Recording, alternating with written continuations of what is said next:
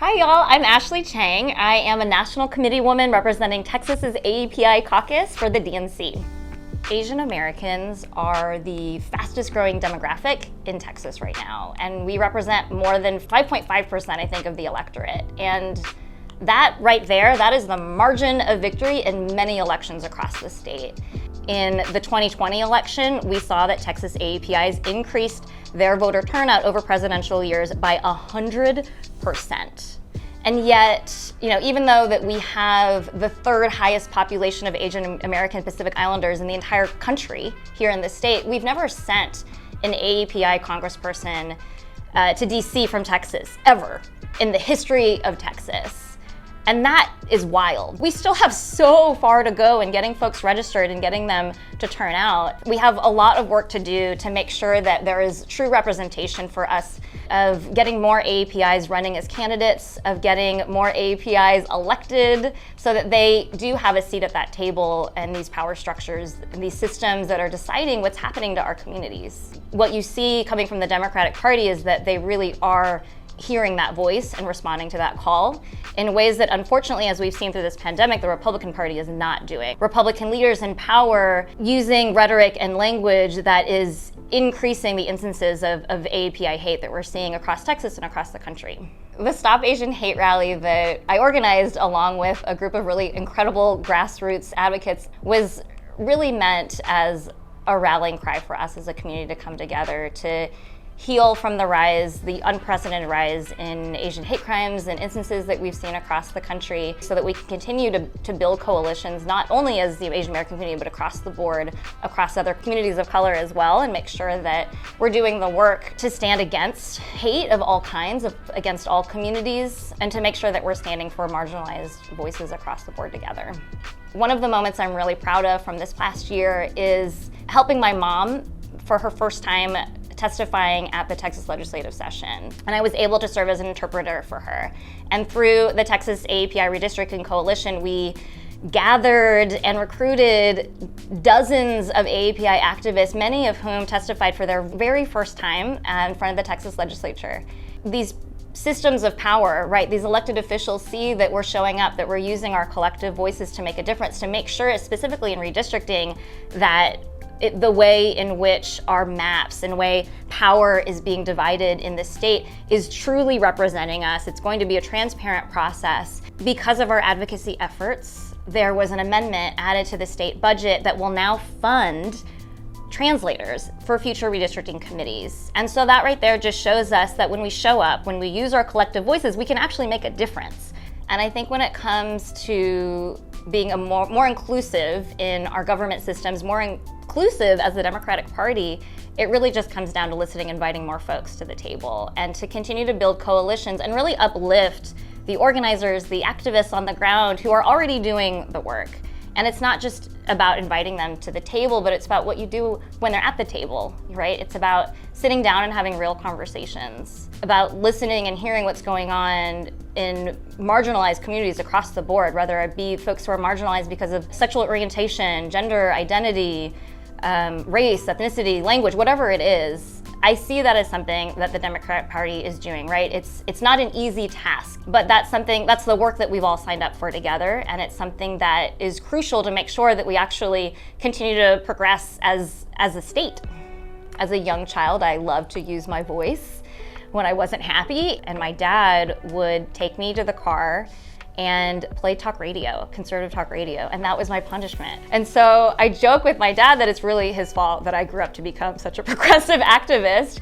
My mom, on the other hand, in her 40 years as a citizen, growing up, she never voted. I always assumed that my mother was really apathetic about politics because I saw my dad out there, he's voting, he's incredibly civically engaged. It wasn't that my mom was apathetic about politics, it was really quite the opposite. It was literally that politics were apathetic about her.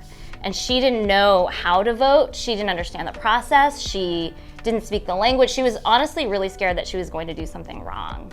In 2018, I walked her hand to the polls, we went to her local grocery store so that she could vote for the very first time. And it was a really special moment. But when we came to the polls, we were actually informed that she wasn't on the voter rolls and that she had to file a provisional ballot, and her vote ultimately didn't count. And that was devastating. It was incredibly discouraging for her. And seeing what's been happening this past legislative session with these voter suppression bills that are being passed here in Texas has been agony, because I think about how many within our immigrant community have that same experience but don't necessarily have a daughter to hold their hand and walk them back to the polls a second time, who understands this process, who speaks English as a first language, who's obsessed with voting.